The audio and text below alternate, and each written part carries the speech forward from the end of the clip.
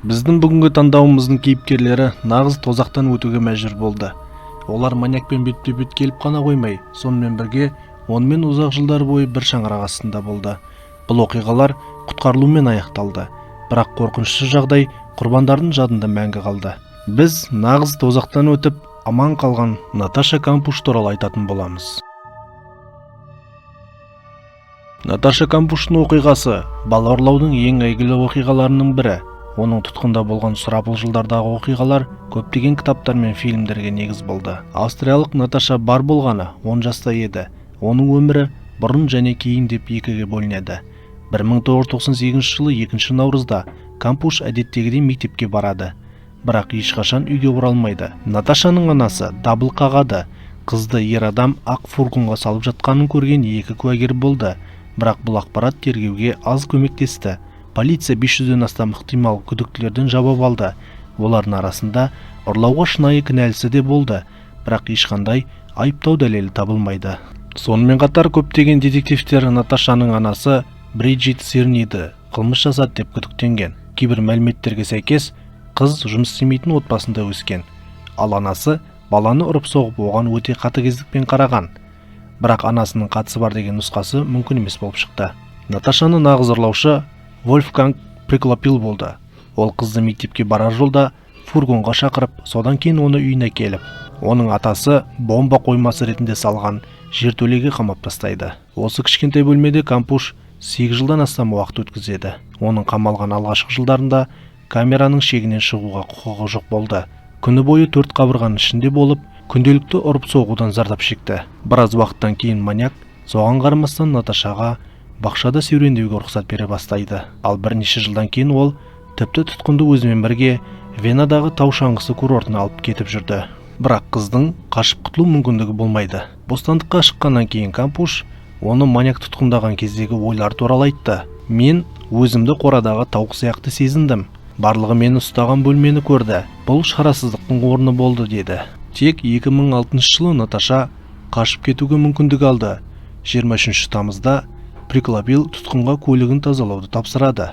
Кампуш машинадағы шаңнан құтылу үшін шаң сорғышты қосты. Сол кезде Вольфганг телефонмен сөйлесіп жатқан еді. Наташа шаң сорғышты қосулы қалдырып жүгіре бастайды. Бірнеше көршілес учаскелерді еңсерген бойжеткен 71 жастағы көршісі Инганың үйін қағып полиция шақыртады. Наташаның кім екені анықталады, ал Приклопилдің өзі тұтқынның қашып кеткенін түсініп өз-өзіне қол жұмсайды. Кампуштың айтуынша, ол полиция оның қылмысы туралы білсе, не болатынын бірнеше рет айтып, әр жолы олар мені ешқашан тірі ұстамайды деген бір сөйлемді қайталаған. Бостандыққа шыққан кездегі Наташаның жағдайы қанағаттанарлық болды. Қыздың денесінде ұрып-соғу белгілері бар және өте арық болды. Бірақ денесі қажымаған. Ең бастысы, ол қалыпты қарым-қатынас жасау қабілетін жоғалтпаған. Оның психологиялық жағдайы қалыпты болды. Дегенмен тұтқында болған жылдар қыздың өмірінде әлі де ізін қалдырды. Бостандыққа шыққаннан кейін Кампуш өзінің айғақтарында абдырап қалды. Қылмыскерді қорғап, тіпті оған жанашырлық білдірді. Наташа өзінің дәл осылай айтуы Стокгольм синдромының ықтимал дамуы болуы мүмкін. Яғни, қылмыскермен психоэмоционалды байланысты қалыптастырған. Сонымен қатар, Наташа оның қылмысының егжей-тегжейлерін ашудан бас тартты. Сондықтан қылмыскердің істері әлі күнге дейін белгілі емес. Көпшілігі Приклопил тұтқынға қарсы зорлық-зомбылық, сексуалдық әрекеттер жасады деп болжайды. Бірақ бұл ақпарат ресми түрде расталмады. Мен өмірімнің жеке немесе интимдік мәліметтер туралы сұрақтарға жауап бермеймін, деді Кампуш бір сұхбатында. Сондай-ақ бірде Наташа өзінің өміріндегі артықшылықтарды айтты. Мен жаман серіктестікке араласпадым. Мен құрдастарым сияқты темекіге, алкогольге және есірткіге тәуелді емеспін деді. Бүгінде Наташа Кампуш өз өмірін қалпына келтіре алды.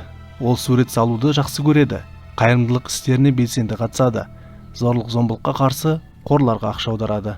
Бойжеткен сонымен қатар Наташа Кампуш трифт шоуын жүргізді және 2010 жылы бірнеше журналистермен бірге 3096 күн атты өмірбаянын жариялады. 2016 жылы Кампуш Ұрлаушы оны 8 жыл бойы ұстаған үйді сатып алды. Ал оған дейін Наташа қайтыс болған Преглопилдің анасымен бірнеше жыл бойы бұл мүлікті иемдену үшін соттасады. Психологтар бұл әрекет қыздың психологиялық жарақатты осылай жеңуге тырысқанын көрсетеді деп атап өтті. Достар, қылмыстар туралы алғашқы арна сіздер үшін қазақ контентінде пайда болды. Қылмыс әлемінің жұлдызды оқиғаларын үзбей тамашалаңыз. Қылмыс әлемінің жұлдызды оқиғалары.